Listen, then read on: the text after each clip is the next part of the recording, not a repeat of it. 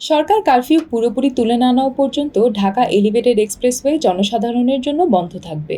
এটির পরিচালনা প্রতিষ্ঠান expressway first Dhaka elevated expressway company limited FTEE এ তথ্য জানিয়েছে। প্রতিষ্ঠানটি বলছে, কোটা সংস্কার আন্দোলনকে কেন্দ্র করে শুরু হওয়া বিক্ষোভ ও পরবর্তী সময় ঘটা সংঘাতে ঢাকা এলিভেটেড এক্সপ্রেসওয়ের দুটি টোলঘর আগুনে পুড়ে গেছে। এতে ৫০ কোটি টাকার আর্থিক ক্ষতি হয়েছে।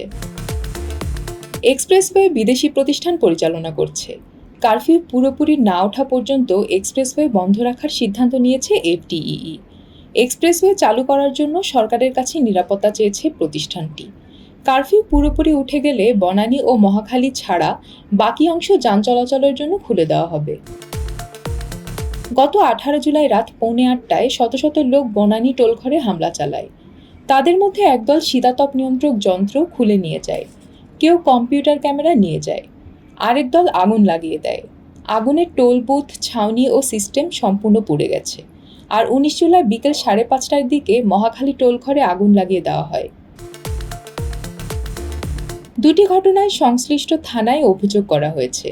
এতে আনুমানিক ৫০ কোটি টাকার আর্থিক ক্ষতি হয়েছে। জানা গেছে, যন্ত্রপাতি চীন থেকে কেনা। কবে নাগাদ তা কেনা যাবে ও স্থাপন করা যাবে সেটা নিয়ে এখনও আলোচনা হয়নি।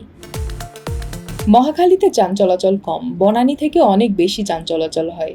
সেক্ষেত্রে বনানী টোলঘরে ম্যানুয়ালি টোল নিয়ে চালু করা যায় কিনা সেটা নিয়েও কোম্পানি ভাবছে, তবে আনুষ্ঠানিক কোনো সিদ্ধান্ত নেওয়া হয়নি।